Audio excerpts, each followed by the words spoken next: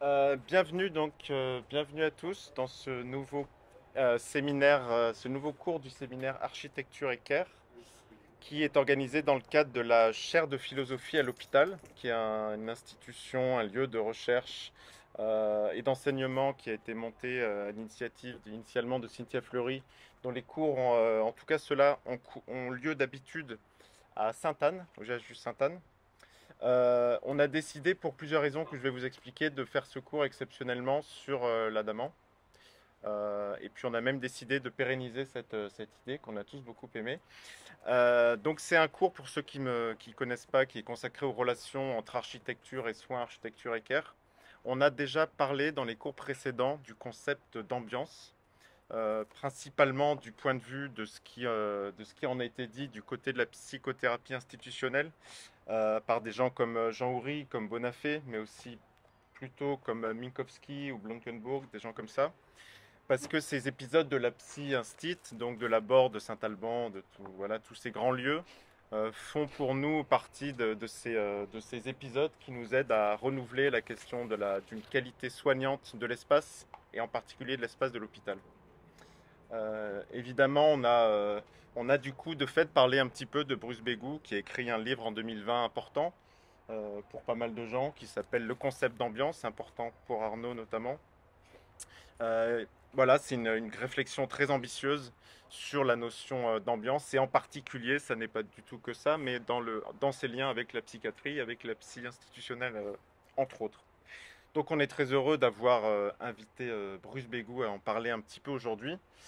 C'est un auteur que du côté de l'architecture, on est beaucoup à connaître et apprécier. Il a écrit plusieurs livres important sur Las Vegas, sur la notion de lieu commun, sur la banlieue, sur aussi tout un tas de lieux qui traditionnellement ne sont pas nécessairement dans le scope de ce que l'architecture considère comme étant de l'ordre du beau, tous ces autres lieux, ces lieux communs.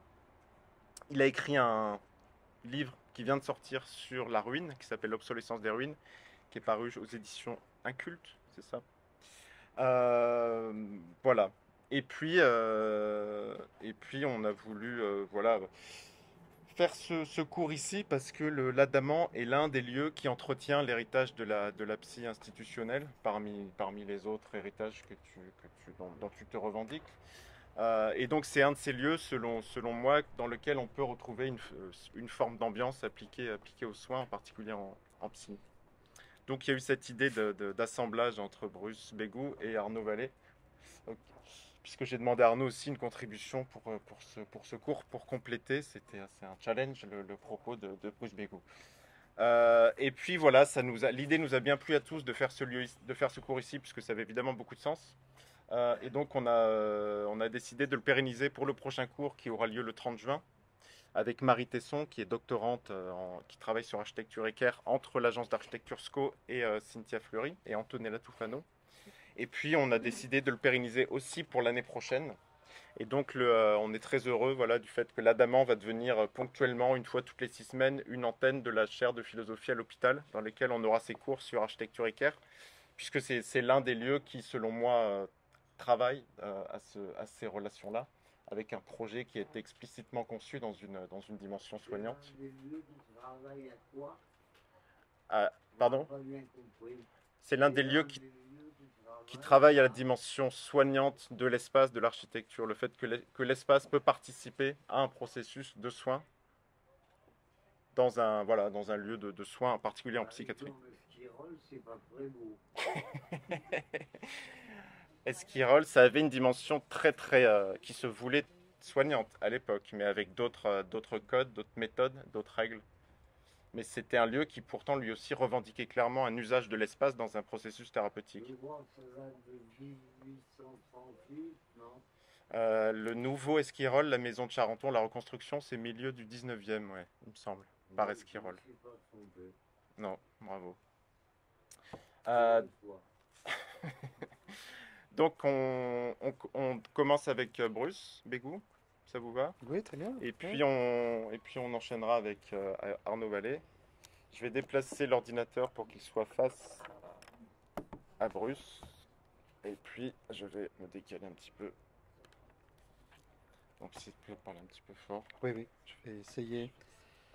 Bonjour à tous et à toutes, et merci à Arnaud et Eric pour l'invitation à parler au fond des liens entre nos corps et les lieux que nous habitons, même si je n'aime pas trop ce terme d'habiter, parce qu'il me semble qu'il est assez réducteur dans la manière dont nous pratiquons l'espace, hein. L'habitation est l'une des formes possibles de notre séjour sur Terre, mais pas la seule. Et il y a, à mon sens, depuis quelques années, quand même une inflation linguistique de ce terme d'habiter, d'habitabilité, etc.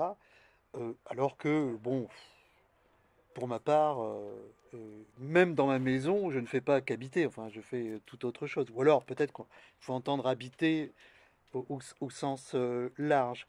Hein, mais il y a différentes pratiques, des pratiques mobiles, des pratiques de transformation, etc., qui vont bien au-delà, me semble-t-il, de l'habitat. Pardon?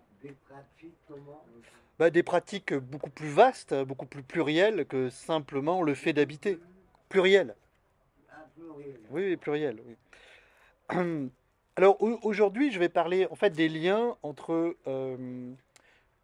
les ambiances et les lieux ou l'espace dans lesquels elles sont censées se situer. Pour ce faire, je vais procéder en trois temps. D'abord, rappeler un peu ce que j'entends par ambiance, parce que, comme peut-être vous le savez ou vous le voyez, c'est un terme qui, disons, a euh, une certaine ferveur, hein, avec celui d'immersion d'ailleurs, hein. Il n'y a pas un lieu où je vais ou qui n'est pas présenté comme un lieu immersif. Alors, je me demande bien ce que ça veut dire. Enfin, je vois bien ce que ça veut dire, mais enfin, il y a quand même là aussi une sorte de mode, hein, de ce vocabulaire, de l'ambiance, de l'immersion, pour décrire au fond nos pratiques spatiales, hein. Donc, je vais d'abord, dans un premier temps, rappeler un peu ce que j'entends par le terme d'ambiance, un peu pour poser pour dire les termes du débat.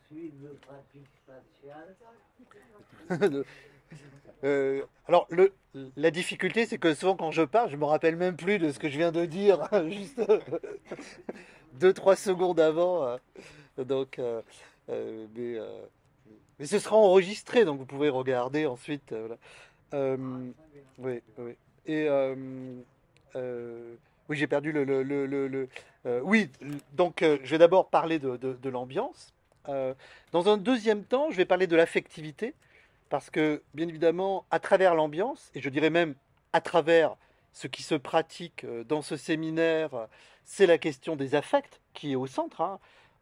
Puisque même les pathologies, d'abord, se signalent par des affects, hein, douloureux ou autres, de colère. Enfin, donc, je vais d'abord ensuite parler de l'affectivité, et dans un troisième temps, j'essaierai de penser le rapport espace, ambiance, affect.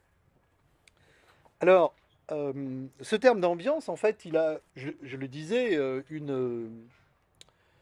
il traverse une vogue, je dirais, euh, parmi les pratiques ordinaires, hein, même l'usage que font les gens de ce terme, hein, qui est un terme qu'ils utilisent très rapidement pour décrire le type d'expérience qu'ils font d'un lieu, hein. Et d'ailleurs, pas forcément des lieux de sortie, hein, des lieux de divertissement, mais d'autres lieux. Mais il a aussi une vogue dans les sciences humaines, hein.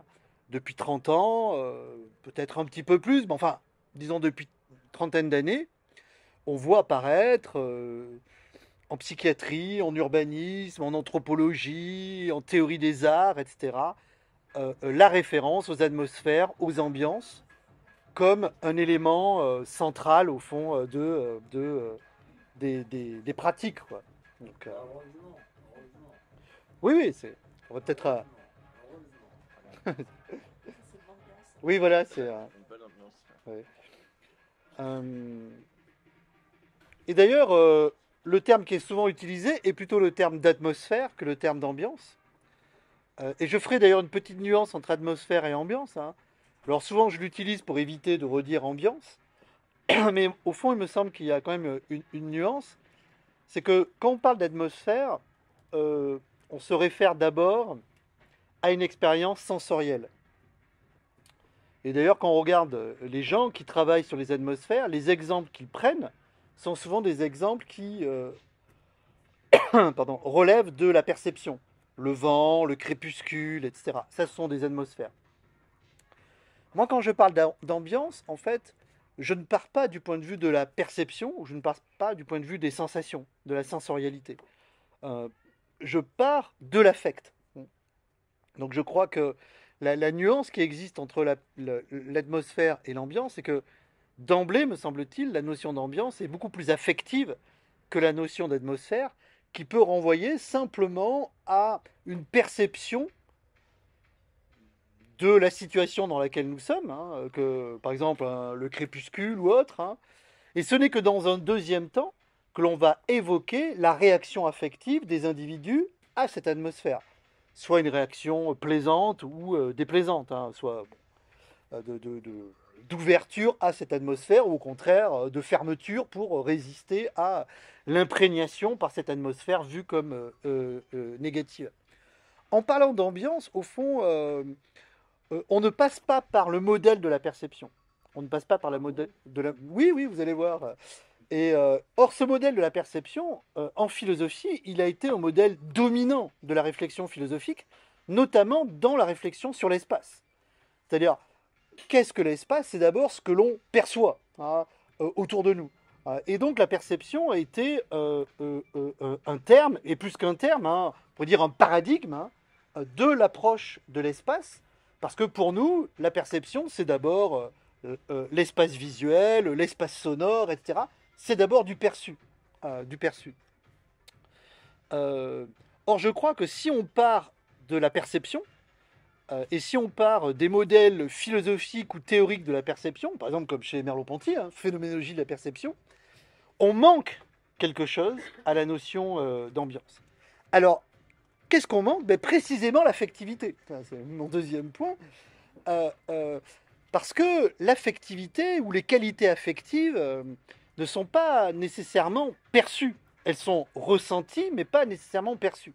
Alors, pourquoi faire cette distinction entre percevoir et sentir? Bah, c'est la même chose, on perçoit, on sent. Bah, pas tout à fait, parce que vous pouvez percevoir. Pour moi, percevoir, c'est au fond recevoir des qualités sensorielles. Des odeurs, des sons, des couleurs, des formes, etc. Mais ça ne dit rien de la valeur affective que nous accordons à ces couleurs, à ces sons, à ces odeurs. Alors bien évidemment, tous ceux qui parlent de la perception ajoutent que bien évidemment, il y a une dimension affective. Mais pour eux, c'est toujours dans un deuxième temps, hein, comme une sorte d'accompagnement ou de réaction, hein, du sujet à la perception des qualités sensorielles auxquelles on ajouterait des qualités affectives. Je crois qu'en fait, il faut renverser l'ordre, hein. C'est-à-dire qu'avant de percevoir, nous sentons, enfin, nous ressentons, hein. Et que notre première relation au monde, aux autres, aux lieux, c'est d'abord une qualité, affective. Vous voyez, par exemple, le son de la musique un peu forte. Pour nous, d'abord, c'est pas le son que nous entendons, c'est l'irritation que cela provoque ou inversement la joie que ça pourrait provoquer, etc. Donc en fait, le son lui-même n'est pas ressenti comme un son. Il est ressenti ici comme, disons entre guillemets, une agression sonore, etc. Et pas du tout. Ce n'est que dans un deuxième temps, si je mettais entre parenthèses cette dimension affective, que je pourrais écouter la musique en tant que telle. Ma première réaction lorsque la musique est apparue, c'est pas j'entends pas quelque chose, je ne perçois pas quelque chose. L'expérience que je fais, c'est d'emblée l'expérience affective du ça me plaît, ça me déplaît. C'est pénible, c'est agréable, c'est nuisible, c'est fortifiant, etc. Hein. Donc mettre l'affectivité en premier, en fait, ça change beaucoup de choses, hein. Mettre le sentir en premier et pas le percevoir en premier, ça change beaucoup de choses. Alors, c'est une idée qu'avait développée un philosophe, psychiatre, Erwin Strauss, hein, des années 30, hein, où il fait une longue distinction dans son livre qui s'appelle Du sens des sens, hein, entre percevoir et sentir. Percevoir, au fond, c'est quoi la différence? Percevoir, c'est être dans une attitude théorique et pratique, c'est-à-dire chercher de l'information. C'est ça, percevoir. Percevoir, c'est avoir des informations, hein, des sensations qui me donnent des informations sur le monde. Sentir, c'est autre chose. quand on sent, on n'est plus du tout dans une attitude théorique, voire dans une attitude pratique. On est dans une attitude de résonance avec ce qui nous entoure. On est dans une attitude d'imprégnation agréable ou désagréable, hein. Et donc, on n'est pas dans une attitude de captation, de saisie, hein, et d'information. On ne cherche pas des informations, hein. Même si ça peut en être. Bien évidemment, si la situation est pénible, c'est aussi une information pour agir en fonction de ce que l'on identifie comme une situation pénible, c'est-à-dire fuir ou changer la situation ou autre, hein. D'ailleurs, quand je fais cette distinction entre percevoir et sentir, ça ne veut pas dire qu'elles sont absolument opposées. Bien évidemment, la plupart du temps, nous sentons et nous percevons en même temps. Je les distingue pour la clarté de la présentation, mais concrètement, notre expérience entremêle toujours, par exemple, la dimension théorique, on cherche de l'information, et la dimension affective, on se laisse imprégner aussi par la situation. Voilà. Mais surtout, parler d'ambiance, c'est insister sur cette dimension d'abord de résonance ou d'imprégnation de nous dans des lieux. Alors que partir de la perception, c'est d'abord se donner d'un côté le monde, de l'autre côté des sujets, et poser une relation qui est la perception. C'est-à-dire, littéralement, enfin, en latin, percevoir, ça veut dire saisir, saisir à distance, hein. C'est-à-dire dans une attitude théorique et pratique de contrôle de l'individu, de son environnement, hein. Moi, ce que je recherche, c'est de penser, au fond, notre appartenance aux situations ou au monde avant cette distinction entre un monde et des sujets et avant des relations de saisie, de contrôle, hein, d'information, etc. Ce que j'essaie de penser, c'est cette imprégnation, cette appartenance des individus aux situations qui précéderait la relation de captation, hein, de percipérer, hein, de, de, de capter par avance, hein. En fait, percevoir, ça veut dire anticiper. C'est quasiment la même chose, quoi. Alors, le terme d'ambiance, me semble-t-il, renvoie à cette dimension-là. Il suffit d'évoquer l'étymologie du terme, hein. C'est un terme qui est assez neuf dans la langue française, hein.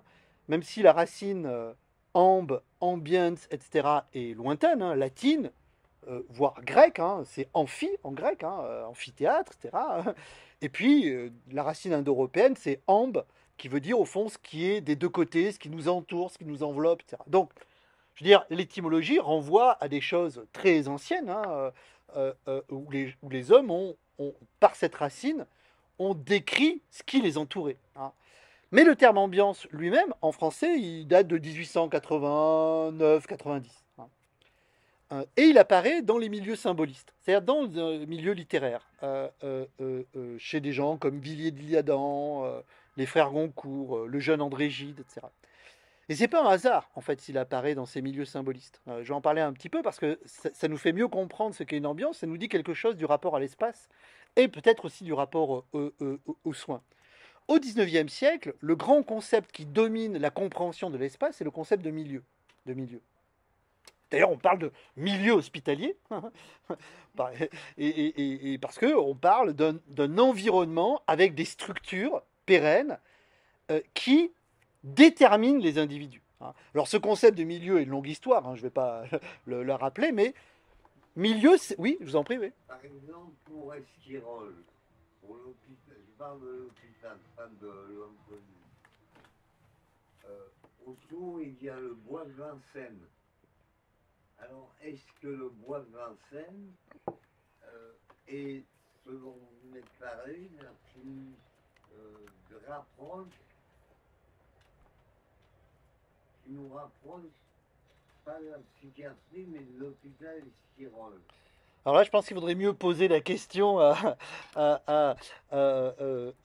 Eric, qui serait beaucoup plus compétent que moi-même pour y répondre. Ce qui est sûr, c'est, peut-être on en parlera dans la discussion, il y a eu des psychiatres, des médecins qui ont très rapidement intégré ce concept d'ambiance. D'ailleurs, je vais en parler, parce que le premier qui fait de l'ambiance comme terme populaire, un terme technique, c'est Minkowski, hein.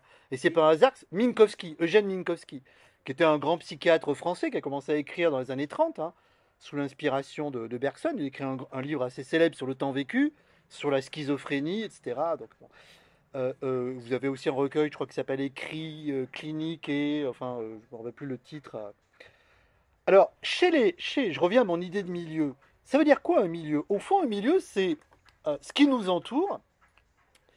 Donc, c'est l'espace qui nous entoure. Et c'est l'espace qui a des structures à long terme qui nous déterminent, hein, comme un milieu social, par exemple, ou un milieu naturel. Et comme vous le savez, ce terme de milieu, au XIXe siècle, c'est le terme central de la sociologie naissante, de la médecine naissante, hein, Claude Bernard et d'autres. Et donc, c'est le terme qui domine la réflexion de l'homme sur l'espace. Les symbolistes, justement, qui ne se reconnaissent pas dans ce naturalisme, dans ce positivisme, voire dans ce scientisme de l'application du concept de milieu, considèrent que ce qui nous entoure n'est pas qu'un milieu. Pourquoi? Parce que dans l'idée de milieu, il y a l'idée d'une neutralité. C'est-à-dire le milieu vous détermine, mais vous ne ressentez pas l'action de ce milieu sur vous. Il y a une influence du milieu, sauf que l'influence n'est pas ressentie, hein. Et puis les milieux sont des structures qui semblent quasiment éternelles. La nuance qu'introduisent les écrivains symbolistes, qui s'opposent au naturalisme, par exemple de Zola, hein, qui utilisent, alors là, continuellement le concept de milieu dans ses romans, hein. Pour dire les romans de Zola, c'est d'abord l'étude d'un milieu, hein. Bon, les mineurs, la classe ouvrière à Paris, les halles, hein, dans le ventre de Paris, etc. C'est une étude de milieu, c'est une étude d'espace, etc. Hein. Ce que les symbolistes reprochent, c'est que, au fond, le concept de milieu est un concept trop déterministe, hein, et un concept trop abstrait, trop neutre. Et c'est pour ça qu'ils introduisent le terme d'ambiance. Pourquoi? Parce que l'ambiance, ça veut dire, c'est aussi l'influence de l'environnement, mais une influence beaucoup plus légère, beaucoup plus subtile, beaucoup plus changeante que celle du milieu. Et surtout, c'est une influence qui est ressentie par les individus. Parce que bien évidemment, vous ne pouvez pas parler d'ambiance si vous ne ressentez pas cette ambiance. Par contre, l'ouvrier qui est déterminé par son milieu, enfin, dans l'optique de la sociologie du XIXe siècle, hein, on a un peu changé, quoique, dans le concept d'habitus de Bourdieu, on a encore cette idée d'une détermination du milieu dans le concept d'habitus, etc. Je ne vais pas laisser ça de côté, hein. Mais dans le concept de milieu, bien évidemment, le déterminisme n'est pas manifeste. Alors que dans l'ambiance, d'emblée, vous ne pouvez pas être dans une ambiance sans la ressentir, hein. Ou alors, vous pouvez en ressentir une autre, mais vous êtes quand même encore dans une ambiance, etc. Hein. Donc ça veut dire que, au fond, la première expérience que nous faisons de l'espace est une expérience affective. C'est pas le milieu, au fond, c'est un concept trop géométrique, trop technique, trop abstrait, aussi trop fataliste dans son déterminisme implacable, alors qu'avec l'ambiance, il y a déjà, on pourrait dire, deux nuances, l'affectivité et deuxièmement, je dirais, la volatilité. D'ailleurs, c'est le génie de la langue de mettre ce suffixe ans qui, en français, renvoie à quelque chose justement de léger, de passager, de doux, etc.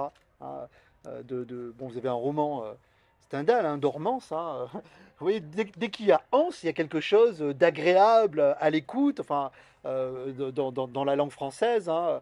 Et donc l'ambiance renvoie, vous voyez, à cette influence, à la fois l'influence affective et le caractère passager, hein, passager. Et non plus, on pourrait dire, très durable, très long, très infrastructurel du milieu qui exercerait une influence sur le très long terme. Ce qui veut dire d'emblée que les ambiances sont passagères. Et on le voit d'ailleurs dans la littérature symboliste, hein. Là, j'ai visité l'exposition d'Éric, etc. Vous avez des grands romans. Par exemple, je pense à Bruges la morte, hein, de Rodenbach, hein, qui était un symboliste belge, hein, qui décrit le deuil d'une femme à travers la ville de Bruges, hein. Et au fond, Bruges la morte, c'est la morte et la ville. Et Rodenbach utilise à la suite des symbolistes, hein, ce concept d'ambiance, parce que bien évidemment, l'ambiance de la ville, tout va bien, je crois que ça veut dire que l'enregistrement est en cours. L'ambiance de la ville, alors bien évidemment, dans ce roman, l'ambiance de la ville rappelle le deuil de la personne aimée qui est morte, etc. Mais il y a cette affectivité immédiate et aussi passagère, parce que bien évidemment, si le narrateur n'est plus dans Bruges, il ne ressent plus les mêmes choses. Alors je crois que cette idée d'affectivité et de caractère passager est fondamentale. Le troisième point, ce qui est étonnant, c'est que ce terme d'ambiance, je dirais, ça va tout de suite prendre dans la langue commune. Hein. Vous savez que la langue invente beaucoup de néologismes, hein, mais globalement, les linguistes considèrent que 90% des néologismes disparaissent. Hein. Euh, Différentes personnes inventent des néologismes, hein, des écrivains, des penseurs, mais aussi bien évidemment la langue populaire, hein, surtout l'argot d'ailleurs, qui produit des néologismes. Certains rentrent dans la langue commune, d'autres disparaissent. Ce qui est étonnant, c'est que le terme d'ambiance, d'emblée, en 10 ans, il devient quasiment un terme courant, un terme adopté par tout le monde. Pourquoi? Bah, précisément, je crois, parce qu'il correspond aussi à la situation de la modernité. Hein. La modernité va se caractériser par l'urbanisation, c'est-à-dire par la multiplication des expériences différentes au cours d'une vie. Hein. Songeons au rythme lent, long et en un sens assez ennuyeux de la vie paysanne au XIXe siècle. Hein. Et songeons au contraire au caractère trépidant, frénétique de la vie urbaine, notamment parisienne au XIXe siècle, relatée par tous les grands écrivains, Balzac, Baudelaire, etc. Le terme d'ambiance correspond totalement à ces nouvelles conditions de la sensibilité moderne. Il y a des choses qui changent très vite, et qui ont une force influentielle très forte. Et donc, pourquoi ce terme d'ambiance est d'emblée adopté par l'époque et par les gens du commun? Précisément parce qu'il dit quelque chose de très précis sur les nouveaux types d'expériences qui sont en train de faire de la ville et de la culture moderne. C'est-à-dire une culture de la mobilité, une culture de l'éphémère, une culture du changement et une culture de l'affectivité, où bien évidemment l'affect est mis en avant. Parce que je dirais, dans cette vie du paysan, etc., l'affectivité, elle est essentiellement dans deux grandes institutions, les fêtes populaires et l'Église. C'est ça son expérience affective, avec des grandes cérémonies affectives de type, bon, la messe, il y va, hein, parce que bon, je pense qu'on surestime sans doute l'imprégnation de l'Église catholique dans la France rurale, etc. Il y avait une forme de pratique, mais assez abstraite, etc. Et puis aussi, bien évidemment, dans ces fêtes populaires où il y avait là... Mais globalement, sa vie quotidienne ne sollicitait pas une affectivité très changeante. Alors que, bien évidemment, bon, il suffit de lire le Spleen de Paris de Baudelaire pour voir que, au cours d'une même journée, Baudelaire est sollicité par la colère, l'amour, la haine, la joie, l'enthousiasme, etc. Et ces textes décrivent, au fond, alors, même s'il n'emploie pas le terme, parce que le terme est postérieur à lui, mais ces ambiances hein, affectives. Alors venons-en de manière un peu plus précise à mon troisième moment, qui est le rapport entre ambiance et espace. Alors, oui. Comment parle-t-on d'atmosphère? En fait, les autres langues, euh, l'allemand, l'italien, l'espagnol, l'anglais, n'ont pas le terme d'ambiance. Parce que chez eux, tout ce qui est de la racine d'ambiant renvoie à l'environnement. Donc renvoie à un terme beaucoup plus neutre. Beaucoup plus neutre. Donc pour exprimer cette nuance affective, ils emploient plutôt le terme d'atmosphère. C'est-à-dire en anglais atmosphère, en allemand atmosphère, atmosferia, en italien, etc. Donc ils n'ont pas le terme d'ambiance. D'ailleurs, quand je discute un peu avec mes collègues étrangers qui commencent un peu à regarder mes travaux ici, ils sont bien embêtés pour comment traduire ambiance. D'ailleurs, dans la langue anglaise, ils commencent à ne plus traduire et employer le terme ambience hein, pour décrire, parce qu'ils voient bien que mood, ça ne va pas, que atmosphère, ça ne va pas. Donc, en fait, L'atmosphère, c'est tout ce qui entoure. oui, c'est ce qui nous entoure, mais ce qui nous entoure et ce qui nous affecte. Parce que environnement, ça décrit aussi ce qui nous entoure. Mais Rejoint le sentimentalisme. ah bah ça dépend ce qu'on entend par sentiment. Oui, alors je vais en parler justement de cette affectivité parce que en fait quand on parle d'affectivité, je crois que souvent on mélange en fait différentes dimensions. Euh, certes, pendant longtemps, l'affectivité a été un domaine de l'expérience humaine qui a été abordé de manière très délicate hein, par les théoriciens, hein, notamment les philosophes, parce que l'affect était, pour le dire vite, au fond, le domaine de l'irrationnel, hein, le domaine de ce qu'on n'arrivait pas bien à comprendre et de ce qui était incontrôlable. Hein. Et donc, alors certes, on arrivait à les désigner, hein. Les Grecs parlaient de pathos, d'affect, du terme de pathologie, etc. Mais en grec, pathos n'a aucun sens pathologique, hein. C'est un terme neutre, hein. Il ne peut pas dire que c'est une pathologie, c'est simplement un affect. Le pathos, ça veut pas dire souffrance, non? Ah, on peut l'entendre aussi comme, Ça comme, peut être traduit oui, oui, comme souffrance, mais par exemple, chez Aristote, dans le De Anima, quand il parle de pathos, c'est pas la souffrance, c'est l'affect, ce que l'on ressent, hein. Après, ça a pu avoir cette nuance. D'ailleurs, c'est intéressant parce que très souvent, dans l'affect, c'est la souffrance qu'on met en avant.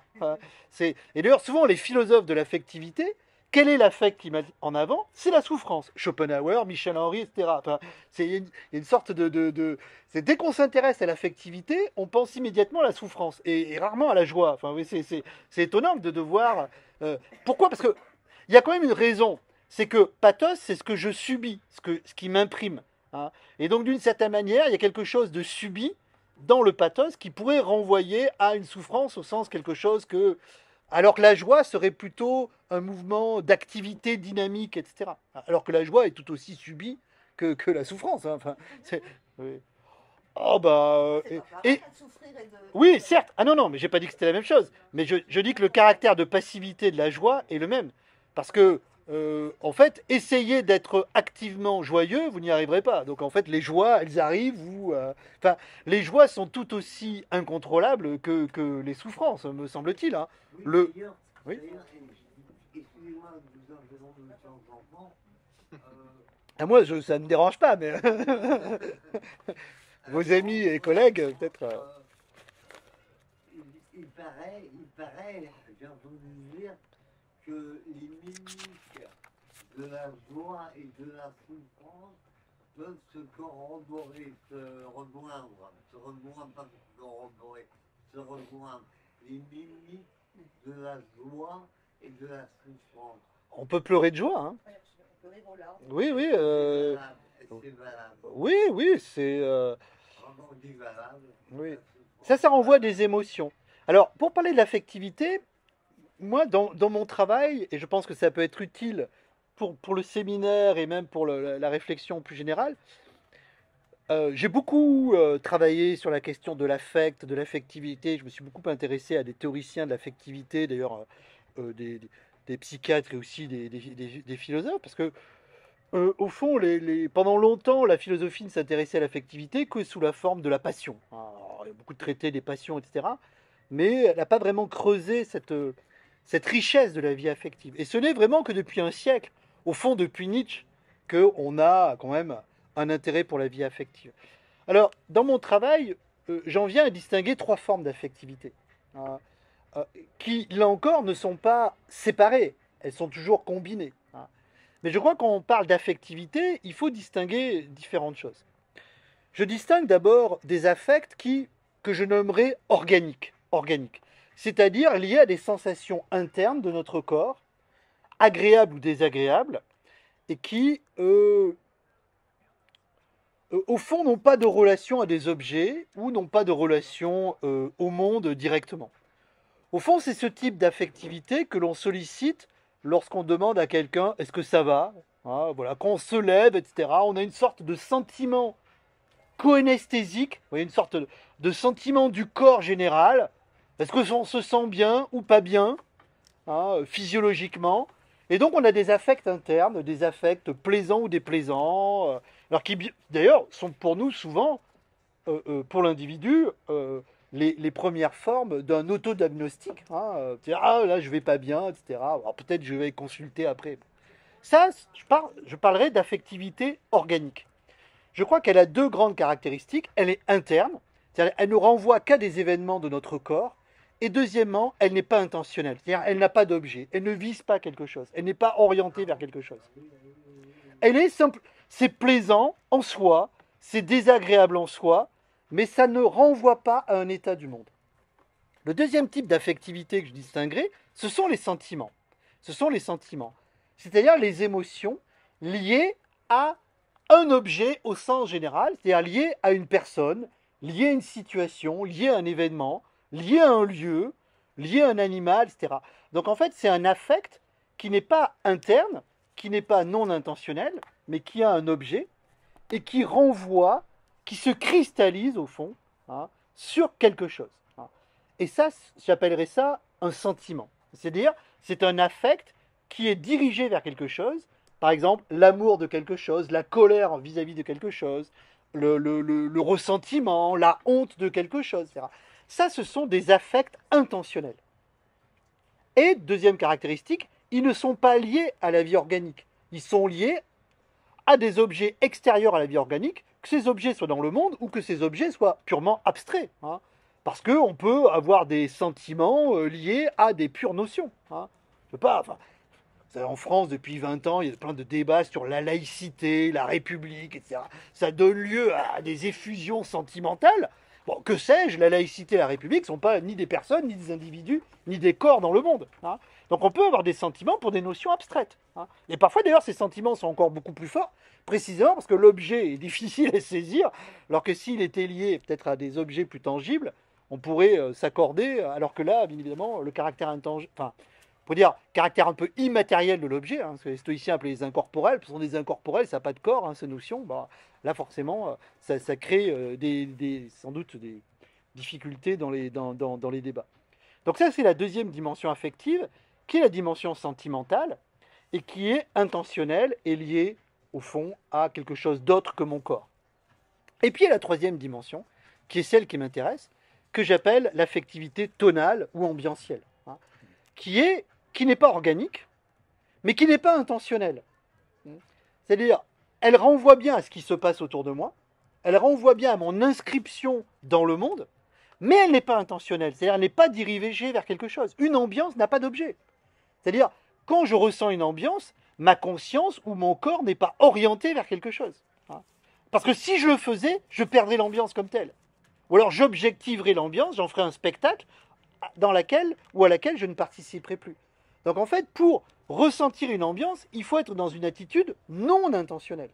Il ne faut pas être dans une attitude où ma conscience vise quelque chose, même sur un mode affectif. Donc l'ambiance, c'est pas un sentiment.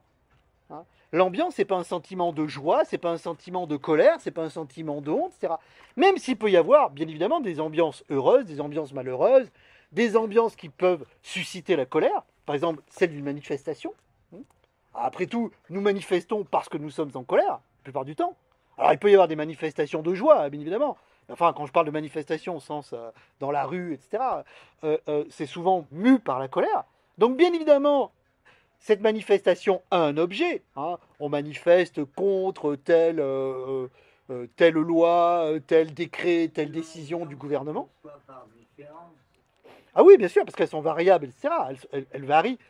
Mais quand on est dans cette ambiance de la manifestation, au fond, on est pris aussi par l'ambiance de la manifestation. Et là, c'est autre chose. C'est pas un affect sentimental comme le ressentiment que l'on a vis-à-vis du gouvernement qui a pris telle ou telle décision. C'est pour ça que je vous dis que les trois affects, d'ailleurs, peuvent se combiner. C'est-à-dire, je peux être en même temps dans cette manifestation, être là parce que j'ai un sentiment intentionnel de colère. Je peux moi-même me laisser imprégner par l'ambiance collective qui serait peut-être d'ailleurs plutôt joyeuse si je vois qu'il y a du monde, etc., que la manifestation prend, qu'elle a quand même, qu'elle génère entre nous une sorte d'affect commun, et en même temps, je peux me sentir par exemple mal parce que j'ai mal dormi, etc. Vous voyez, les trois affects peuvent se retrouver dans une même expérience, quoi. C'est pour ça que si je les distingue, ça ne veut pas dire qu'il faut les séparer. En fait, ils sont, au fond, les affects sont des combinaisons, hein, sont des combinaisons. Mais je crois qu'il est quand même nécessaire de distinguer ces trois dimensions, parce que quand on essaie de penser la vie affective, et souvent dans la relation d'ailleurs, je dirais, de praticien et de patient, c'est bien d'abord cette dimension-là qui est présente, qu'elle soit sous la forme pathique ou pathologique au sens moderne. Hein. C'est quand même, on traite de l'affectivité, on est dans une relation affective, avec les formes de distance que l'on doit avoir, etc. Mais enfin, notre matériau, c'est l'affectivité. Hein. Et je crois qu'il est nécessaire de distinguer ces trois formes-là parce que ce n'est pas tout à fait la même chose. Alors, s'il me reste un peu de temps, Oui, oui, Oui. vas-y, bien sûr. Bien sûr. je vais décrire un petit peu plus précisément cette spatialité des ambiances.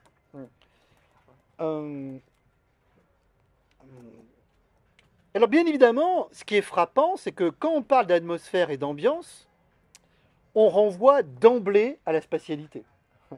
C'est-à-dire que pour nous, et on le voit même d'ailleurs une atmosphère est toujours liée à un lieu, est toujours liée à un espace, est toujours liée à un site, un endroit, un paysage, etc. Donc d'emblée, je dirais, quand on réfléchit sur les ambiances, sur les atmosphères, la dimension spatiale apparaît en premier. Ce qui est étonnant d'ailleurs, parce que je parlais de Minkowski, qui est le premier à avoir introduit cette notion d'ambiance. En fait, Minkowski, c'est le premier à prendre ce terme dans la langue courante et en faire un concept théorique. Voilà. Quand lui, le premier, il parle d'ambiance, en fait, la dimension qu'il mobilise n'est pas l'espace, c'est le temps. C'est le temps. Dans son livre sur le temps vécu, il parle d'ambiance, et c'est quoi pour lui l'ambiance? C'est le fait que les individus, au fond, ont la capacité de se fondre dans le devenir collectif. Hein. Et quand ils sont en syntonie avec ce devenir collectif, au fond, ils sont, on pourrait dire, sains, entre guillemets. Hein. Et la maladie serait plutôt la dyschronie, hein, ou la désynchronisation entre mon ambiance et l'ambiance générale. Hein. Donc ce serait une sorte de décrochage temporel entre ma temporalité et la temporalité du monde. Donc en fait, Minkowski, au départ, son concept d'ambiance renvoie d'abord au concept de devenir, d'élan temporel, de temps vécu, et il le décrit plutôt à travers un vocabulaire temporel et non pas spatial. Même si... Pardon ? Une question d'adaptation. Non, parce que l'une des... L'individu par rapport à la masse, Oui. pour s'intégrer à la masse, il doit ressentir l'ambiance comme les autres. Oui, alors, moi je ne parlerai pas d'adaptation, parce que l'adaptation impliquerait un lent processus d'intégration, etc. Alors que ce qui me semble être une des qualités des ambiances, c'est l'immédiateté. Hein. C'est-à-dire c'est quelque chose... Les ambiances sont des premières impressions. Et souvent d'ailleurs, quand on arrive dans un nouveau lieu, ce qu'on ressent d'emblée, c'est l'ambiance. Après, on peut affiner, etc. Mais en fait, les ambiances, pour dire, pour ça que je parle de flair dans le livre, hein, nous avons une sorte de compréhension des ambiances qu'on nomme flair, et dès qu'on est dans une nouvelle situation, on a un flair ambientiel. Hein. Et donc, c'est pour ça que je ne parlais pas d'adaptation, parce que c'est plutôt une imprégnation immédiate. Quoi. Alors après, il y a des gens qui sont plus ou moins capables hein, de bien sentir les ambiances. Hein. On connaît des gens autour de nous qui, justement... alors on va dire, bon, il est maladroit, etc. Parce qu'ils n'ont pas de flair ambientiel. On pourrait dire, pour employer une expression populaire, c'est des gens souvent qui mettent les pieds dans le plat, quoi. Parce qu'ils n'ont pas compris que là, c'était plutôt un moment, je sais pas, solennel, etc. Et puis ils font une blague un peu lourde, etc. Et puis bon, on dit, voilà, ils ne sentent pas l'ambiance. Ou inversement, hein, on est dans un moment festif et quelqu'un qui va rappeler tout d'un coup un deuil, etc. On s'est dit, bon, c'est pas le moment, etc. Ouais. Donc, mais globalement, je pense que nous avons tous une forme non pas de compréhension théorique, ni de compréhension pratique, mais de compréhension ambientielle. Hein. Nous avons on peut dire des compétences ambientielles hein, qu'on va mobiliser ici ou là. Et alors, souvent, c'est un peu le... Là, c'est une perception personnelle. Et qui en place une perception personnelle, elle n'est pas générale. Alors, tout dépend de ce qu'on appelle personnel, parce que, bien évidemment, seuls les individus perçoivent des ambiances. La spécificité de l'ambiance, c'est que ce que je ressens dans l'ambiance n'est pas renvoyé à moi-même. C'est-à-dire, ce que je ressens dans l'ambiance, c'est l'ambiance. Toujours, l'ambiance que l'on ressent, c'est l'ambiance dans laquelle C'est notre ambianceur. Oui, oui, sauf que l'ambiance que l'on ressent, même si c'est nous qui la ressentons, c'est l'ambiance de ce qui nous entoure et pas de nous-mêmes. Vous voyez? Donc en fait... on ne peut pas percevoir l'individu autre dans ce cas-là. S'il y a des ambiances collectives, on est pris par des ambiances collectives. Alors... Non, mais comme exemple, oui. Comme exemple. Oui, bah, ça peut être... tout ce qui est de l'ordre de la psychologie de groupe a bien remarqué cela. C'est-à-dire que dès qu'il y a un groupe, il y a la production d'une synergie dans ce groupe, qui d'ailleurs peut parfois même exclure quelques-uns dans le groupe, etc. Et une ambiance de groupe se constitue. Donc là, l'individu ne ressent pas l'ambiance comme une propriété de sa subjectivité ou de sa personne, il ressent l'ambiance comme une propriété du moment, de la situation. Et je crois que les ambiances, elles décrivent... L'ambiance est donnée peut être donné par tout individu à pas n'importe quel moment. À tout moment, une ambiance c'est l'affaire d'un instant instinctuel. Alors d'un instant, il y a des ambiances plus durables que d'autres, hein. Dans ce travail, je me demande, mais est-ce qu'au fond, il n'y a pas des ambiances fondamentales? C'est-à-dire que, certes, il y a des ambiances passagères, mais est-ce qu'on ne pourrait pas dire que notre vie, ou même à titre individuel, est-ce qu'il n'y a pas une ambiance qui serait le fond même de notre expérience du monde? Par exemple, l'inquiétude, l'angoisse, ou au contraire la joie, la sérénité, la familiarité. Oui, mais ce sont des impressions de ce qui nous entoure. Donc, oui. C'est pour ça que ça renvoie pas qu'à moi. Ça renvoie pas qu'à moi. Oui. Alors, pour décrire un peu cette spatialité, il me semble qu'il y a quand même des propriétés de l'ambiance qui renvoient à une caractéristique de l'ambiance dont je n'ai pas totalement parlé, que j'ai évoqué, qui est la polarité. Enfin, toute ambiance est liée à une polarité qui est l'agréable désagréable, ou le plaisant déplaisant, hein, puisqu'elle est affective. Hein. Donc il n'y a pas d'ambiance neutre, ça n'existe pas une ambiance neutre. Hein. Même on pourrait dire une ambiance de travail, de sérieux, etc.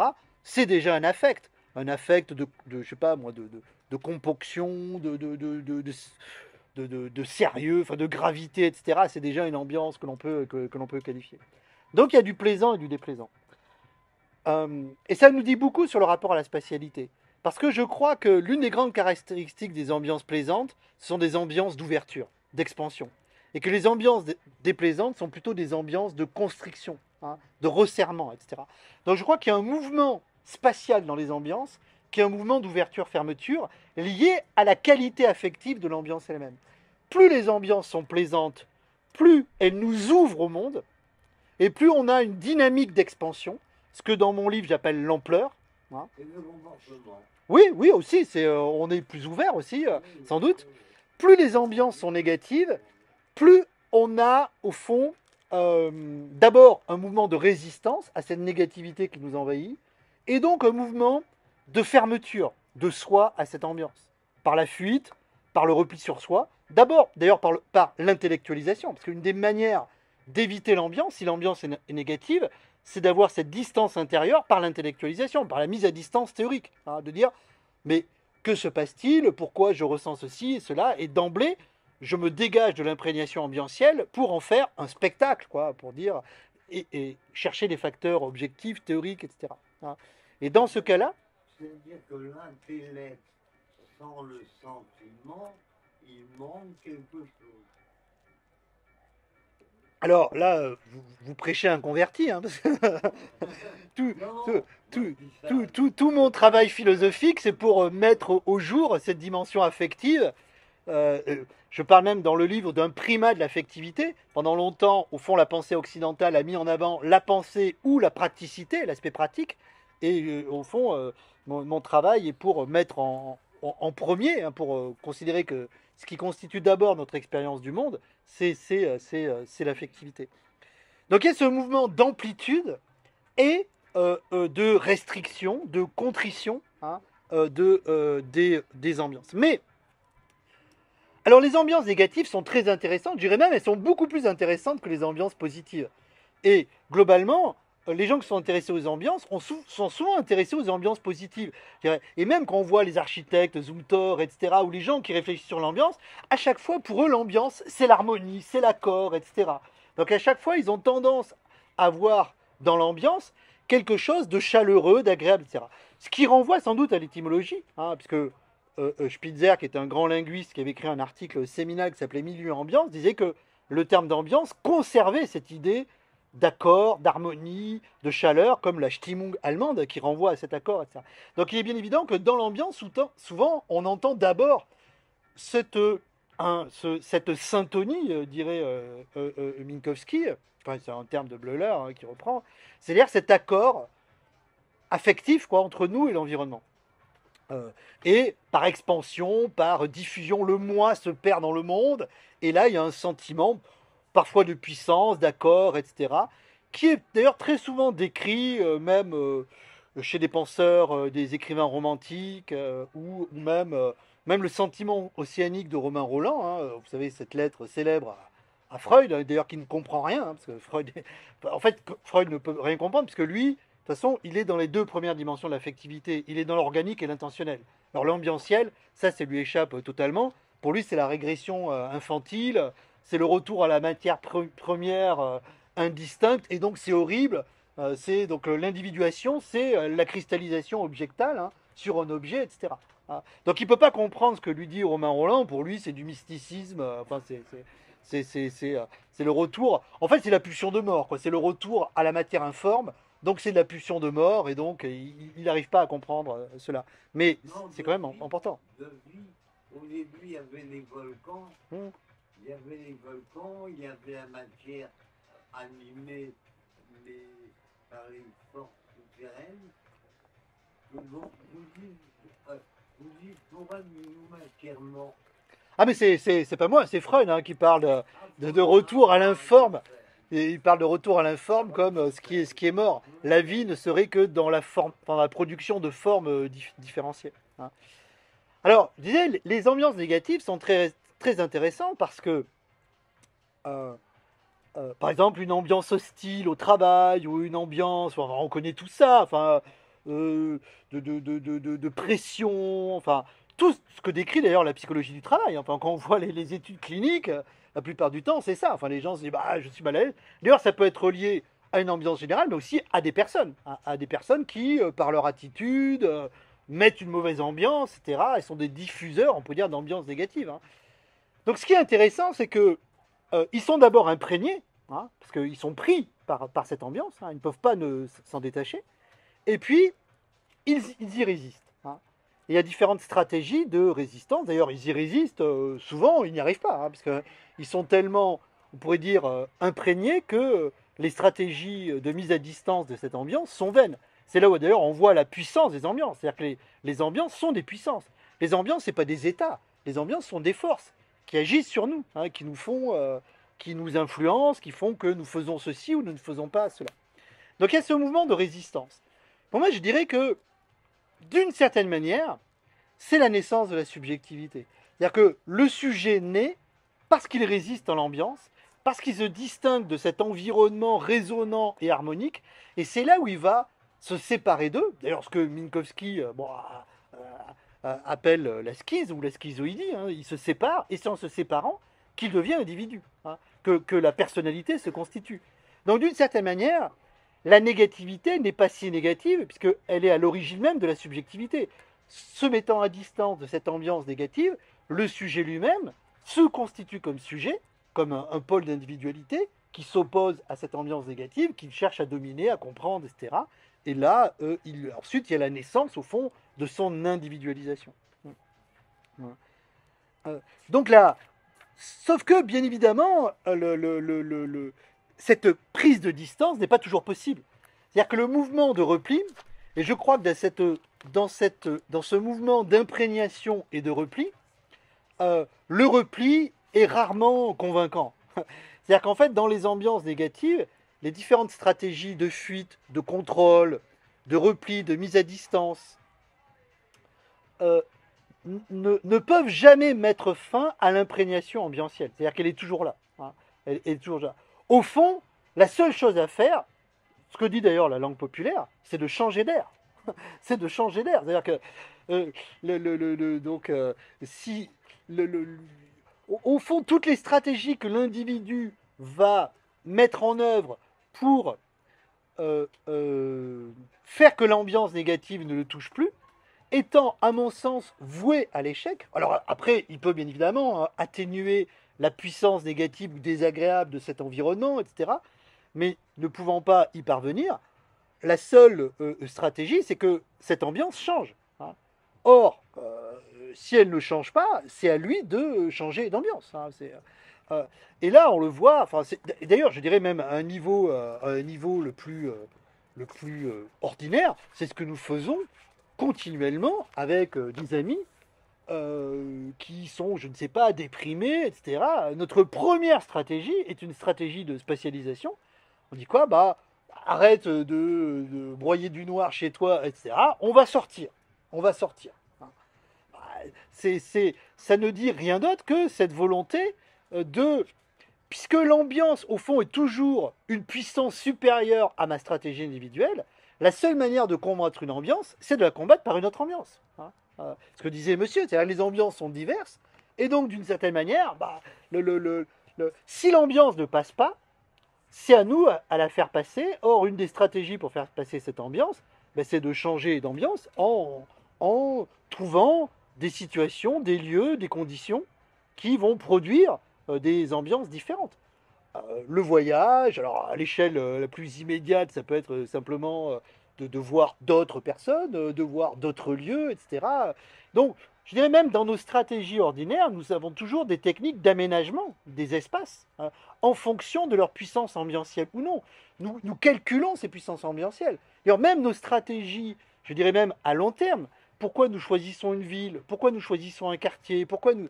Ce sont des Alors, il peut y avoir des stratégies pratiques, bien évidemment. Il peut y avoir des stratégies liées à la présence ou la proximité de tel service, etc., au transport. Mais il y a aussi ce facteur ambientiel, c'est-à-dire l'ambiance du quartier, l'ambiance de la rue, voire l'ambiance de l'immeuble, etc. Parfois l'ambiance des voisins, etc., quand on habite dans des zones un peu pavillonnaires.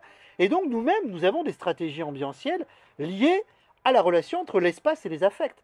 C'est-à-dire, voulant vivre certains affects, nous sélectionnons, combinons, aménageons des ambiances en cherchant à éviter les ambiances dont la portée négative serait trop forte et trop, d'une certaine manière... Parce que d'emblée, on sait que les ambiances sont plus fortes que nous.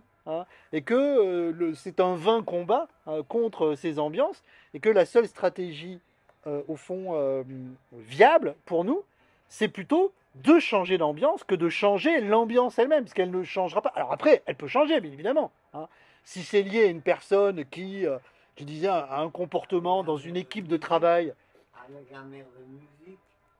Alors là, ça peut être les éléments du lieu, bien évidemment. On peut changer la musique, on peut changer la décoration, etc. Donc vous avez raison, il y a toute une réflexion.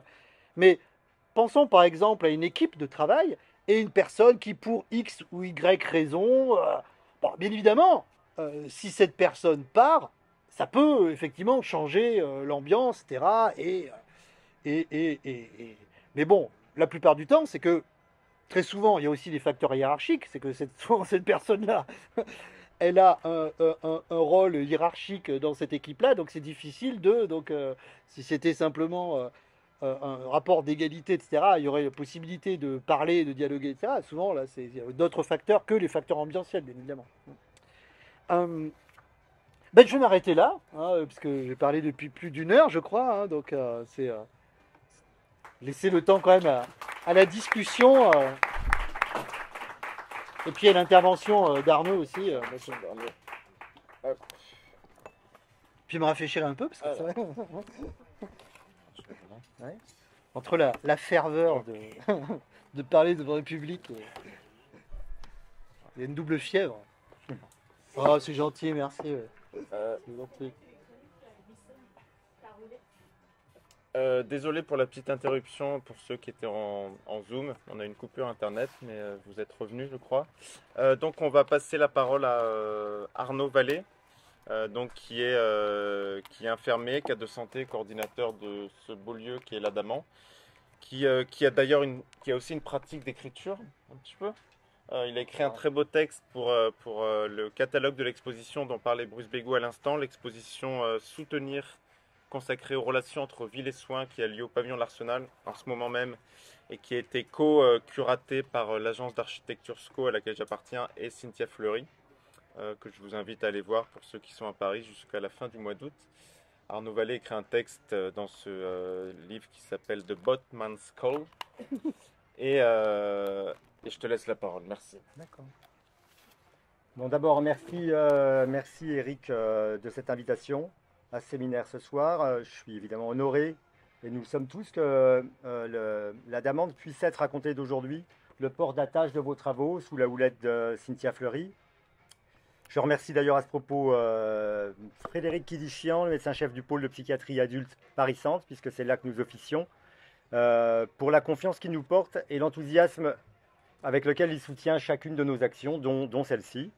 Et puis ensuite, il ne le sait pas encore, mais je remercie Bruce Bégou, donc c'est un honneur et en même temps je suis un peu ému parce que son travail, il ne le sait pas, mais il irrigue notre pensée clinique et institutionnelle depuis au moins plus de 15 ans, puisque c'est en 2005 qu'est paru La découverte du quotidien, qui est un livre qui pour moi forme un diptyque avec le concept d'ambiance dont vous avez parlé, et sur lequel je reviendrai tout à l'heure. Mais si j'ai suivi l'an passé le séminaire consacré à architecture équerre d'Éric de Thoisy, c'était pour la rédaction d'un article sur lequel je reviendrai ce soir. Mais croyez-moi, je n'ai aucune autorité ni aucune compétence pour vous parler d'architecture, vous vous en doutez, car j'y connais rien. Mais il se trouve que nous travaillons dans ce lieu dit atypique. Alors, on pourrait revenir là-dessus, mais qui a retenu l'attention des architectes de SCO, et notamment d'Éric de Thoisy et de Marie Tesson, dont vous connaissez sans doute mieux que moi les travaux sur l'articulation du Caire et de l'architecture. Alors, ce qui fait pour moi une différence entre l'Adamante, cet hôpital de jour dans lequel nous nous trouvons aujourd'hui, et les autres hôpitaux de jour que j'ai pu longuement fréquenter dans ma pratique professionnelle, ça ne tient pas tant à son statut de bâtiment flottant, ni même à ses qualités architecturales ou environnementales, qu'à la manière dont se déroule ou s'est déroulée cette affaire. C'est-à-dire à la façon dont nous, patients et soignants, avons été partie prenante de ce projet thérapeutique, politique, économique, culturel et architectural, et ce bien en amont de l'ouverture de cet hôpital de jour en juillet 2010. Donc je vous raconte évidemment de façon très courte et ramassée cette histoire, c'est-à-dire l'hôpital de jour l'Adamant et son projet naît de la fusion de deux secteurs psychiatriques et donc de deux hôpitaux de jour. Ce qui est un mouvement que connaissent énormément de services en ce moment, depuis une vingtaine d'années. Nous nous trouvions donc dans une séquence de fonte, de transformation, voire de destruction d'un outil de travail. Donc, énoncer que la création de ce centre de jour puisse être le fruit d'une subversion d'une logique néolibérale de concentration n'allait pas de soi pour tous. Les plus suspicieux pouvaient même envisager que le club thérapeutique, c'est-à-dire l'association d'aide à la santé mentale que nous avions fondée afin de pacifier ces espaces, n'était rien d'autre que le cheval de Troie d'une politique libérale. Comme le rappelle Michel Serres dans Rome, le livre de fondation, la violence, la noise, le bruit et la fureur accompagnent toute fondation. Rome, écrit Michel Serres, est la fille de Troie rasée. La fin de Troie est l'origine de Rome. La condition est le concept. Le concept demande une condition, la condition demande un concept. La prise exige une fondation, la fondation exige une prise. Le récit des fondations s'enroule dans leur morne répétition. Hostes, hospites, hostilité, hospitalité. Pour peupler sa ville, nous dit Michel Serres, Romulus ouvre un lieu d'asile entre deux bois sacrés. En ce lieu sacré, la violence fait trêve.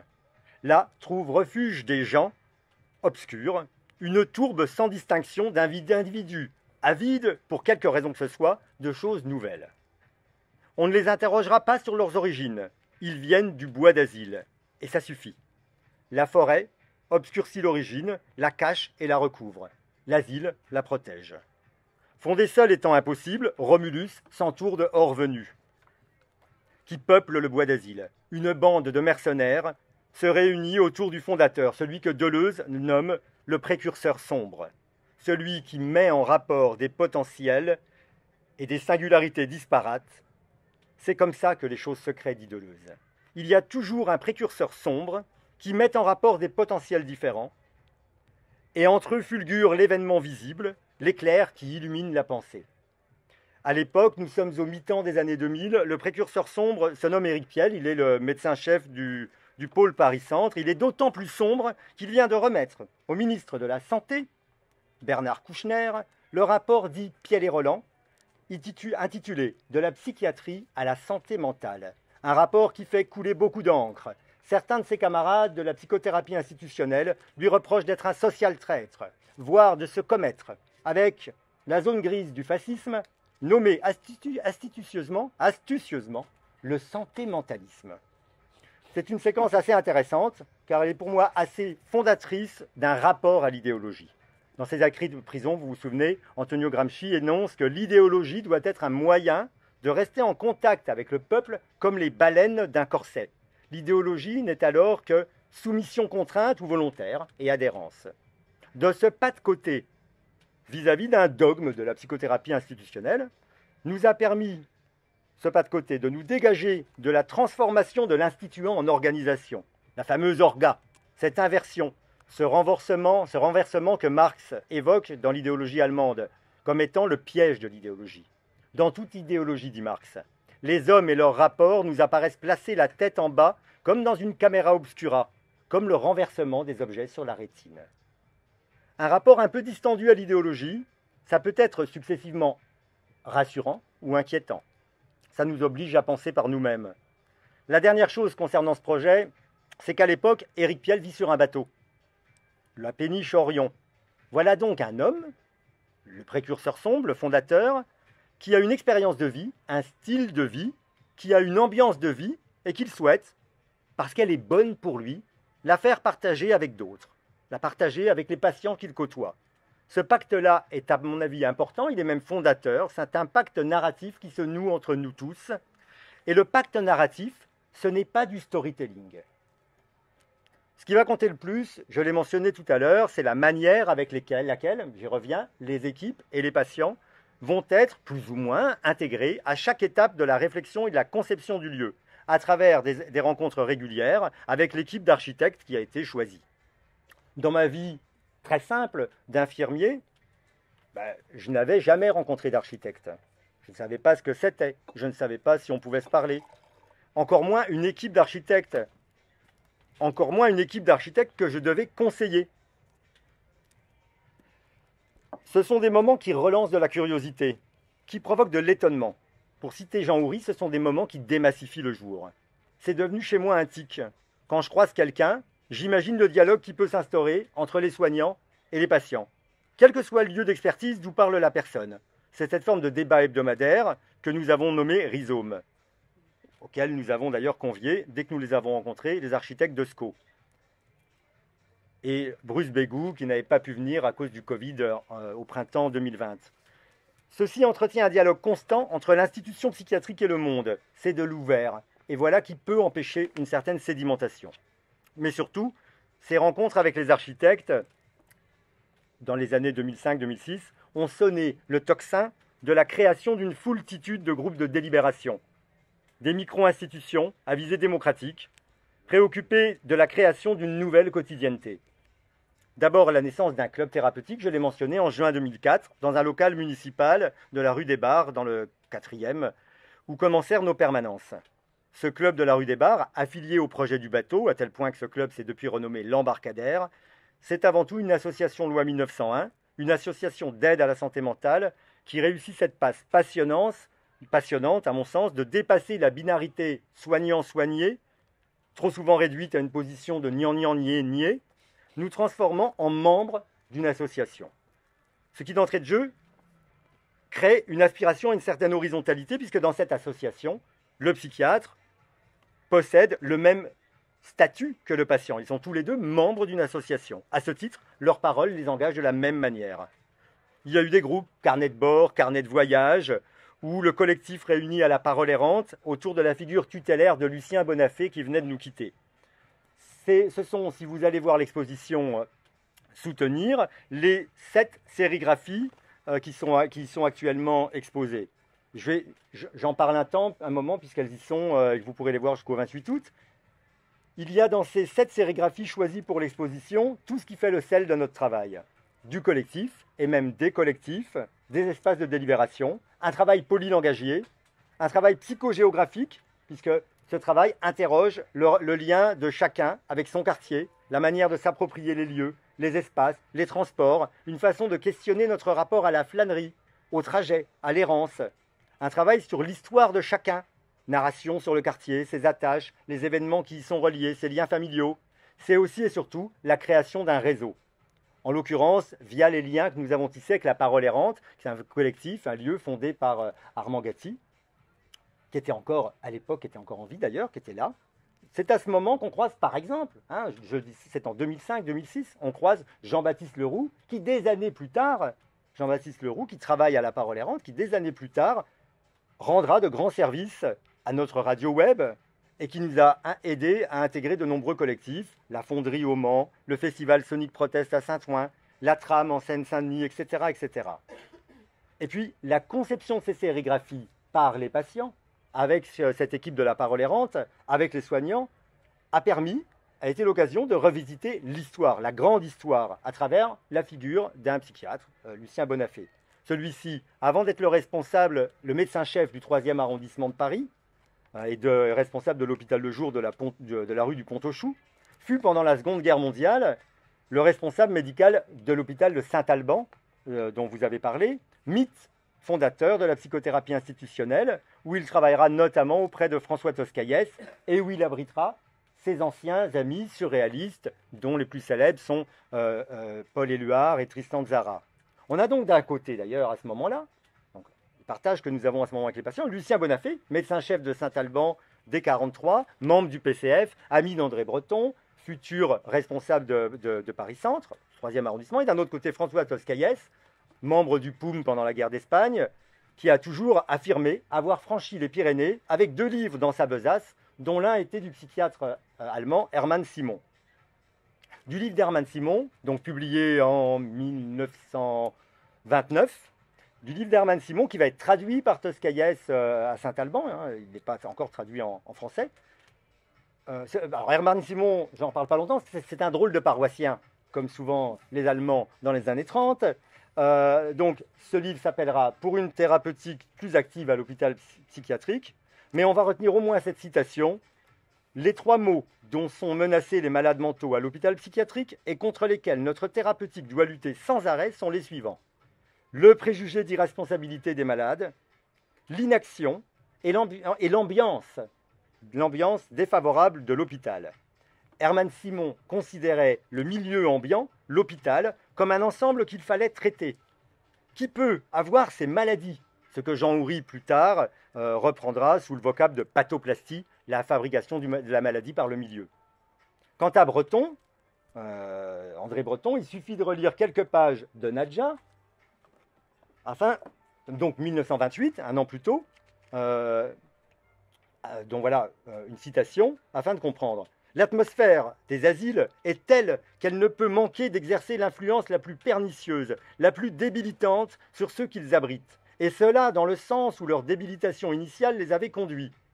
Ceci compliqué encore du fait que tout mouvement de protestation, tout mouvement d'intolérance n'aboutit qu'à vous faire taxer d'insociabilité, ne sert qu'à la formation d'un nouveau symptôme contre vous.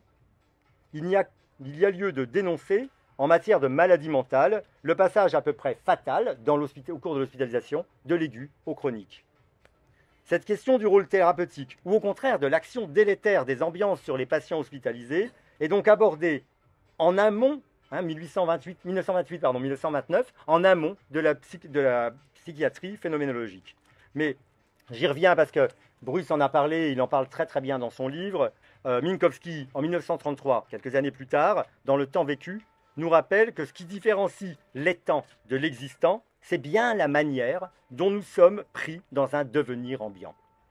Et que celui qui ne ressentirait pas cette ambiance générale du monde et du temps, cet environnement invisible et pourtant concret, précisez-vous, eh bien cet homme-là n'aurait plus de prise avec la réalité.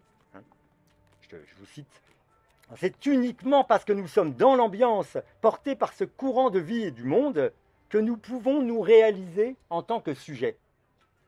Vous rappelez comment Minkowski révèle que l'être humain est toujours en tension avec l'abandon et la résistance face aux ambiances. Il faut dire que les ambiances, elles ne sont pas toujours heureuses et cordiales. Certaines ambiances nous donnent envie de nous barrer vite fait.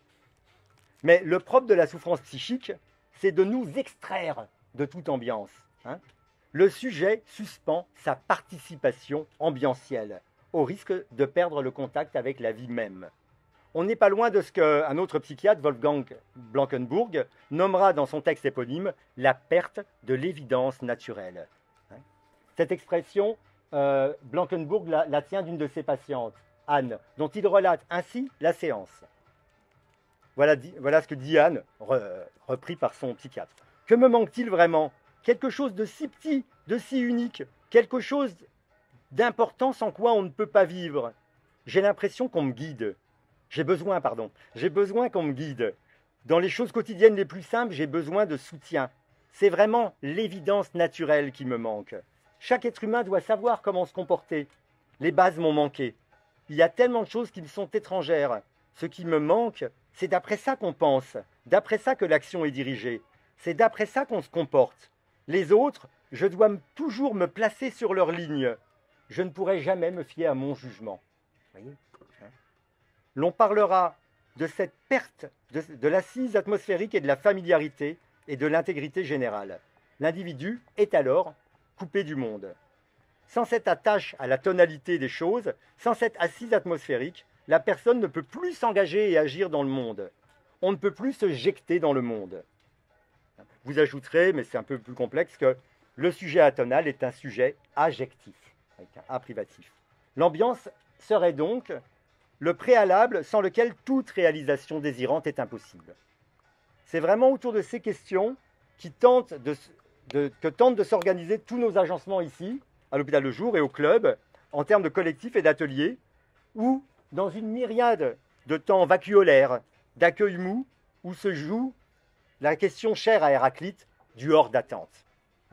On en reparlera peut-être tout à l'heure. Le mois dernier, mes amis, j'étais à une de ces réunions trimestrielles organisées par la mairie à propos de l'ambiance sur les quais. Une société de médiation spécialisée dans les débats training et les médias training organise depuis plusieurs années ces réunions trimestrielles auxquelles nous participons.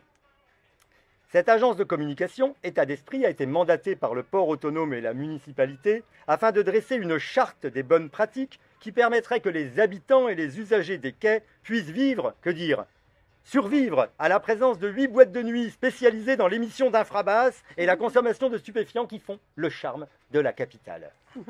Ciblé par les riverains, le responsable d'une boîte de nuit se défausse élégamment en questionnant la présence des migrants sur le quai, qui, eux, ne mettent vraiment pas une bonne ambiance, croyez-moi, et qui ne sont pas d'un très bel effet pour accueillir la clientèle d'une boîte de nuit. Et sans se démonter, les jeunes pages de la mairie de lui répondre « Ah ben, nous sommes désolés, mais concernant les migrants, on ne nous a pas donné les EDL. Concernant les migrants, on ne nous a pas donné les éléments de langage. »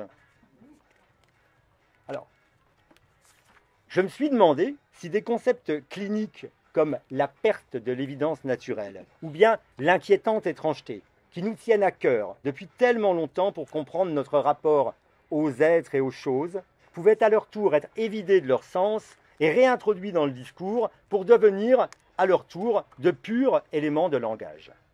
La semaine dernière, le gériatre lyonnais Julien Vernaudon nous alertait sur les effets du nouveau management public sur l'hôpital, notamment sur la novlangue managériale qu'il nomme le l'engagement, renvoyant à l'utilisation de mots et d'expressions qui contribuent à artificialiser la langue, des manières qui visent à planifier l'activité et à modeler les comportements des soignants. Cette novlangue annihile le discours clinique au profit d'une économisation du discours des soins et de la mise en place de dispositifs qui concrétisent, par leur caractère impersonnel, un rapport social désincarné. Je vais citer 2 exemples emblématiques de la séquence que nous traversons actuellement. La première, Éric de Thoisy l'a déjà évoquée dans son séminaire l'an passé, mais elle est tellement bien décrite par Martin Hirsch, directeur de la PHP, dans son livre « L'hôpital à cœur ouvert » que je ne peux pas m'empêcher de la citer à nouveau. Martin Hirsch. Au cours des années à venir, l'une des évolutions les plus délicates de l'hôpital sera la déconnexion de sa fonction de soins et de sa fonction hôtelière. C'est un divorce annoncé dans l'étymologie de l'hôpital. L'hôpital, hôtel, lieu d'hospitalité, lieu où l'on séjourne, lieu où l'on dort et lieu où l'on soigne. L'hôpital de demain sera un hôpital sans chambre, auquel seront accolés un ou plusieurs hôtels. On aura vraiment, véritablement dissocié, oui Vitold, on aura véritablement dissocié la fonction de soins de la fonction hôtelière. L'hôpital s'éloignera ainsi de sa racine étymologique, il sera moins le lieu qui offre l'hospitalité, mais davantage le lieu qui assure la santé. Martin Hirsch se livre ensuite sur plusieurs pages, je vous le prescris, à un comparatif des prix des hôtels plus ou moins étoilés avec le prix des nuits d'hospitalisation, des lits ainsi libérés, du taux d'occupation des hôtels sur Paris, etc., etc. Bref, en conclusion, la logique économique est donc bien débridée dans ce qu'on appelle le virage ambulatoire. Je souhaite mettre en parallèle cet évidement du signifiant hôpital avec une très belle conférence de Donald Winnicott, d'autant plus belle conférence de Donald Winnicott que ce sera la dernière. On est en octobre 1970. Il a été invité par une institution de soins religieux, comme il y en avait à l'époque encore, à Hatfield, donc non loin de Saint-Alban. Pas le Saint-Alban dont on vient de parler, de la baie du Gévaudan, non, le Saint-Alban dans le Hertfordshire.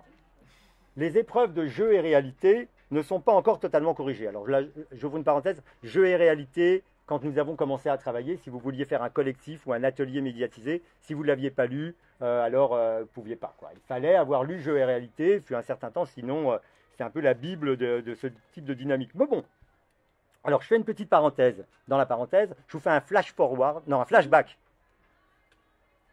Attendez, je ne sais jamais, je ne suis pas très... Le flashback, c'est dans le passé, le flash forward, c'est dans...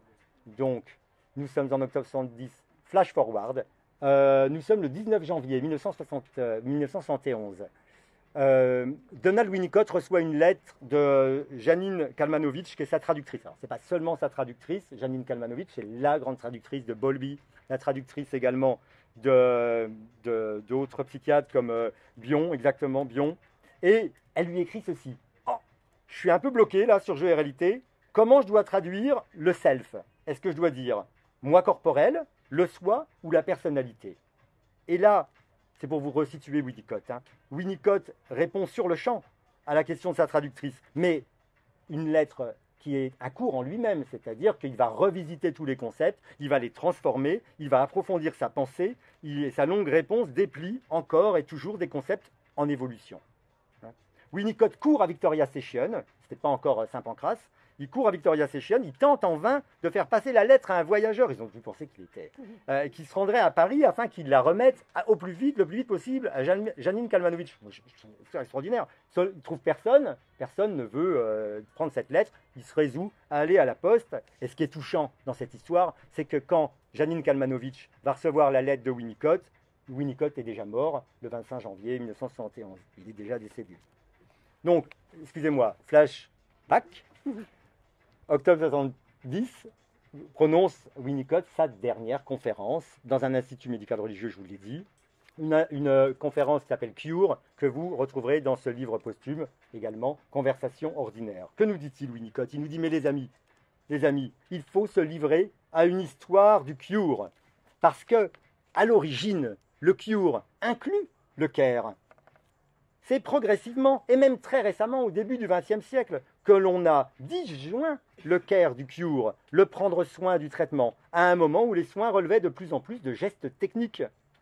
En se focalisant uniquement sur l'évaluation objective de l'éradication de la maladie, on a séparé le care du cure afin de réduire ce dernier à son unique approche scientifique. Alors qu'au contraire, conclut Winnicott, pour ceux qu'il appelle les malades de la société, nos patients, les personnes âgées, les précaires, il faudrait parler du care cure, parce que c'est bien plus important le care cure, dit-il, que le cure remède.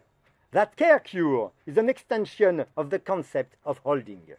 Fini Winnicott. Vous voyez, l'exposition, si j'ai encore un peu de temps, l'exposition Soutenir, organisée par Éric de Thoisy et Cynthia Fleury, se termine par l'évocation du travail de l'artiste originaire de Denver, Colorado, Myrle Laderman Ukeles, une artiste qui est toujours d'ailleurs toujours en vie, qui continue à exercer. Elle a posté des choses assez extraordinaires pendant le confinement. Donc, elle a écrit en 1969 un manifeste, Care, manifeste pour un art de maintenance. Voilà ce que décrit en 1969 cette artiste et jeune mère de 30 ans. Je fais une tonne infernale de lavage, nettoyage, cuisine, réparation, soutien moral, protection. Et aussi, jusqu'à aujourd'hui, séparément, je fais de l'art. Désormais, je ferai simplement ces tâches ménagères de maintenance et je les exposerai comme de l'art. Sa performance la plus célèbre, où on la voit pendant 8 heures, lavée à main nue, avec les chiffonnettes utilisées par les conservateurs pour épousseter les œuvres, on la voit laver à main nue le sol en marbre, des escaliers en marbre de l'entrée d'un musée du Connecticut. Ce travail interroge donc les limites de l'art et les pratiques ordinaires et rappelle que la maintenance n'est pas un sale boulot, mais une responsabilité collective et une question politique, d'où le slogan de Mir Lederman Yukiles. Lundi matin, après la Révolution, qui sortira les poubelles? C'est ce même esprit qui était au cœur de l'organisation il y a 15 jours de la semaine dite passionnante organisée par nos collègues de l'Adamant, à savoir la réfection avec les patients et les équipes d'un patio délabré, délétère de nos unités d'hospitalisation.